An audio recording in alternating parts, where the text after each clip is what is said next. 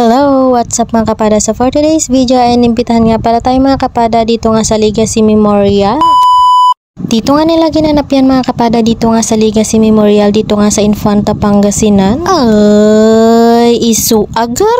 Bali mga kapada dito nga pala sa kanilang second day ay nagkaroon nga pala sila ng team na Unda Zumba. Ito nga pala mga kapada ay tinatawag nilang Undas Fitness Fiesta. Mga 7:30 pa nga lang pala mga kapada ay nag-start na nga pala itong mga Zumba ladies na sumayaw. Sabi ko nga sa sarili ko kung medyo maaga-aga nga kaming nakapunta dito mga kapada ay for sure pumayat na ako. Kawan ata, nagladaw ka mo.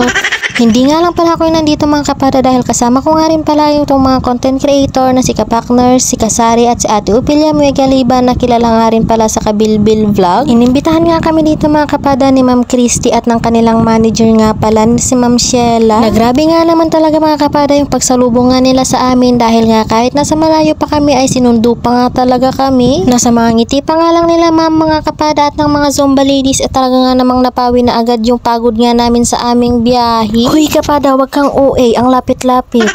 Tuwang-tuwa nga ako mga kapada dito nga sa nadatnan namin mga kapada dito nga sa Legacy Memorial kasi nga naman kahit tirik na tirik yung araw ay hindi nga nauubusan ng energy ang mga Zumba ladies sa kanilang pagsasayaw. Iso nga grabe ti pinagbilbili ko kanya da kapada tano sakti nagsumba ko agang agsaba ko manopay lang a minuto. Amuyo kapada idilasak ngay nga sumali da kita nga sumsumba ket ay dandaniak pa nga natay.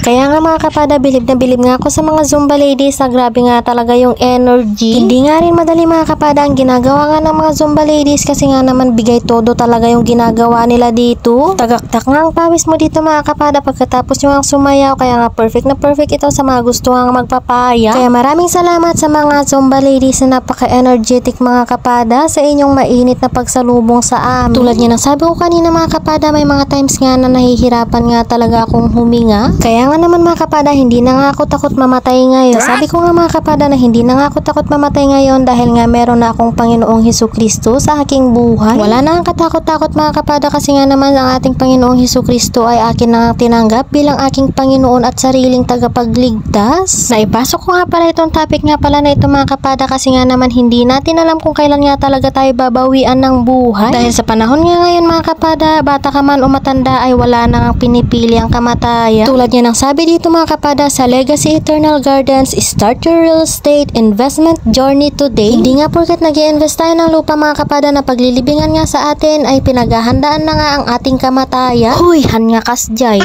Wala namang masama mga kapada na mag-invest nga ng ganitong mga lupa lalo na nga sa paglilibingan naman sa atin. Dahil tulad nga ng sabi ko kanina mga kapada na hindi nga natin alam kung kailan nga tayo babawian ng buhay. Parehas naman siguro tayo ng mindset mga kapada na kapag nga nawala tayo mga kapada ay ayaw na nga nating bigyan pa ng problema yung may iwan natin. Nag-o-offer nga pala mga kapada ang Legacy Eternal Gardens ng loan lots at family stay. Ang kagandahan nga nito mga kapada ay magkakaroon nga ng remembrance ito ang mahal natin sa buhay na maiiwan natin. Kaya nga mga kapada sa gusto ang mag-avail at mag-invest ay pwede nyo nga akong i-DM. Direct message nyo nga lang pala ako mga kapada at pwede nyo nga rin palang i-message ang aking mga kasamahan na content creator. Ganun na nga rin po mga kapada si Ma'am Christy at ang kanilang manager na si Ma'am Sheila. Maraming salamat nga po pala mga kapada sa Legacy Eternal Garden sa pag-invite nyo nga po pala dito nga po sa Poblacion Infanta Pangasinan. Yun lang. Bye-bye!